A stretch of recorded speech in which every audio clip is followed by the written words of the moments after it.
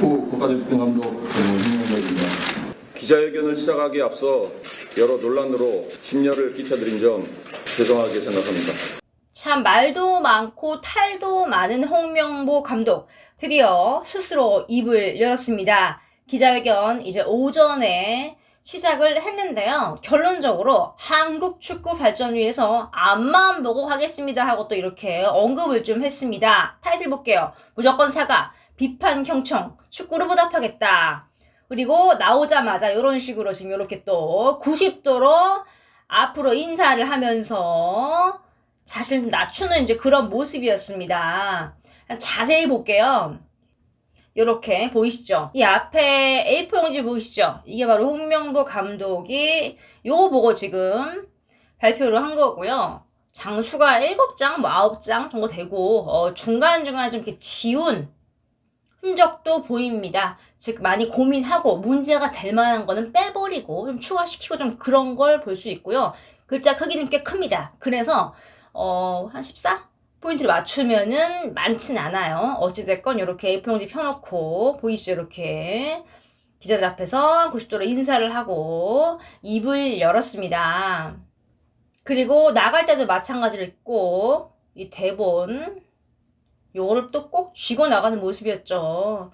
뭔가 숨길 게 좀 많아 보이고 좀 보여서는 안 되는 좀 그런 말들이 있을까요? 꼭 쥐고 나가네요. 기자회견을 시작하기에 앞서서 5개월간 여러 논란으로 심려를 끼쳐드린 점 축구인으로서 죄송합니다 하고 또 K리그 팬들과 약속을 저버린 미안한 마음과 무거운 책임을 갖고 이 자리에 섰습니다 하면서 이 K리그 팀에 또 죄송한 마음을 전했고요. 특히 울산 팬들에게 지금 용서 구하는 거죠. 그만뒀잖아요 중간에. 공식 업무 이제 시작했습니다. 유럽 출장 잘 갔다 왔고요. 또 이제 이번 출장하면서 손흥민을 만났죠. 다들 아시죠? 한국 축구가 굉장히 중요한 시기다. 월드컵과 아시안컵 성과가 중요하다. 그래서 팀을 중심으로 장기적으로 성장하고 구축을 해야 한다라고 밝혔고요. 운영에는 존중, 대화, 책임이 헌신의 키워드이다. 수직적 관계보다는 수평적 관계를 할 것이다. 또 많은 리스크는 오해와 소통의 부재에서 발생한다. 많이 이야기하겠다라고 이야기했고요. 또 당장 북중미 월드컵 목표에 대해서는 이제 최종 예선을 시작하기 때문에 목표를 말하기에는 이르다라고 밝혔고요. 하지만 나은 성적을 거두기 위해 노력하겠다 밝혔고 또 유럽 출장 중 손흥민 만난 것도 언급을 했습니다. 모든 선수들과 같은 형태로 이야기했다. 첫째는 감독으로서 이 선수들이 생각하는 바람직한 팀 운영에 대해서 이야기를 들었다. 또 지금 대표팀에 바라는 점도 들었다. 팀을 운영하고자 하는 방향을 전했다라고 또 언급을 했습니다. 그래서 9월에 대표팀이 소집이 되면 분위기가 나아질 것이다 라고 언급했는데요. 알려진 바로는 손흥민과 독대를 했다고 합니다. 옆에 누가 있는 게 아니라 단둘이 좀 이야기를 하는 것 같아요.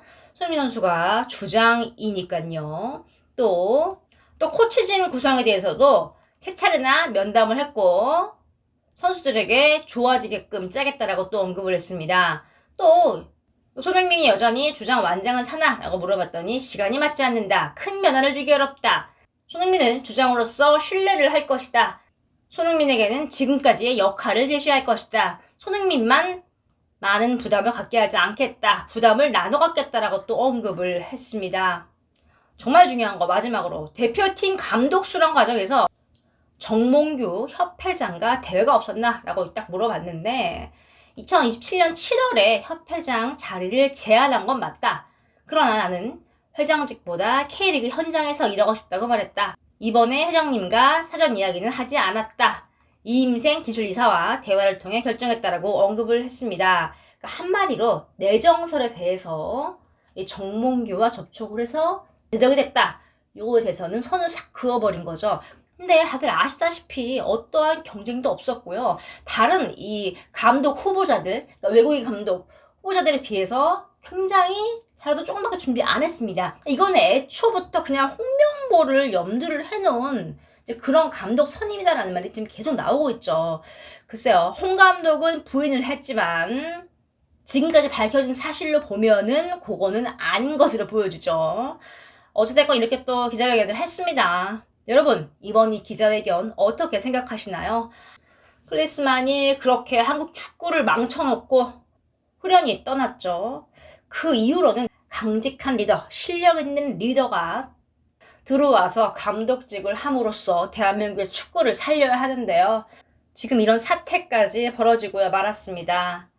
결국은 미심적인 감독 선임 과정, 윗사람들이 원하는 대로 이렇게 모호하게 감독 선정이 되고 말았습니다. 대한민국 축구 정말 걱정이 될 수밖에 없는데요. 여러분들은 이번 사태 어떻게 생각하시나요? 이번 소식은 여기까지입니다.